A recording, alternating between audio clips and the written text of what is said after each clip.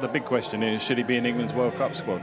Yeah, I suppose it is the big question. And again, you come back to exactly what we spoke about when we watched Tammy Beaumont playing earlier on. You know, in really good teams that have a lot of talent, but mainly a lot of success, there are really good players that miss out. And when I look at the squad that has been selected, I can't get Harry Brook into that squad simply because of the return of Ben Stokes. You know, adds another middle order player. Without him bowling, you know, you do need a top order player as a genuine replacement if somebody at the top order goes down, and you need two seamers, an extra spinner, which they have cover for, but an extra batter in amongst that. I just can't fit Harry Brook in, which is amazing to say. But if you actually rewind the clock to the start, actually you go rewind the clock 12 months ago and you go to the England Test team, Harry Brook's averaging 100, not playing in the England Test team, didn't play a test the whole of last summer.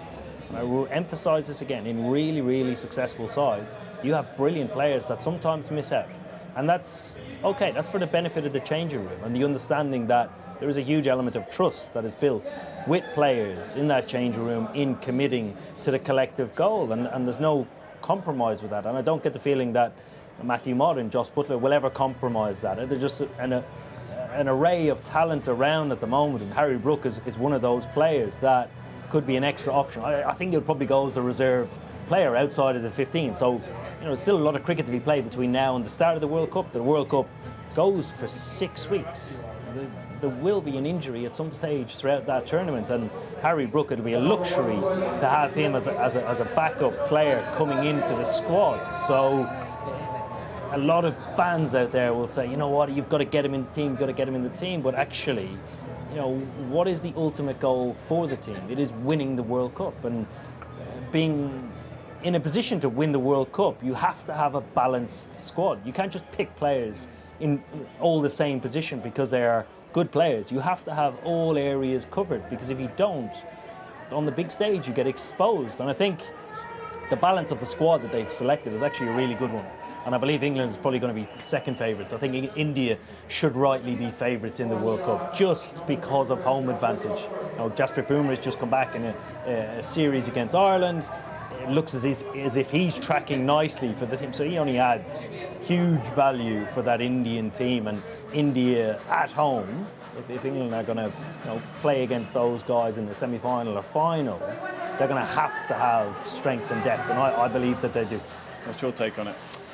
Where does he fit in? I made a tongue-in-cheek comment the other night. You've got a bloke going who can't even make his 100 side because he's so out of form. Another bloke who's really struggling in Jason Roy. So they're the two positions, David Milan, Jason Roy.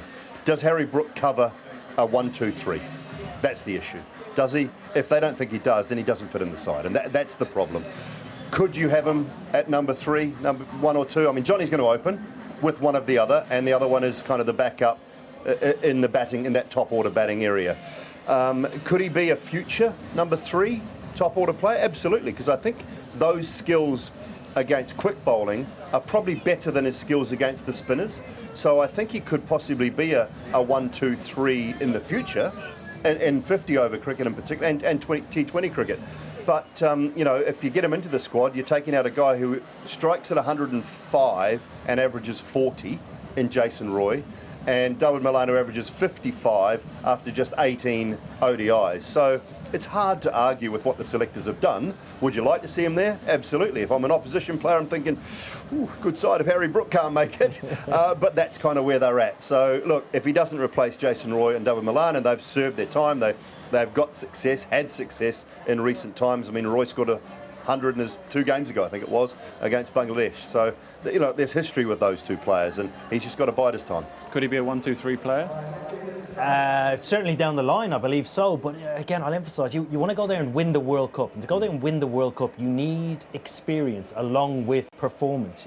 Experience holds massive weight and value under pressure, because you want experience to make good, simple decisions and do exactly what they have been doing throughout their whole career. And again, probably hence the reason why they've continued with the same selection policy. It's not a fluke that we're actually a really good team when it comes to white ball world cricket, when it comes to standings, when it comes to demand in players, and it is all built on making good selection and trusting players giving them the freedom to go and play in the way that they can. And that's why we have other young players coming through. There's no fluke that there's a young Harry Brook coming through and is absolutely flourishing.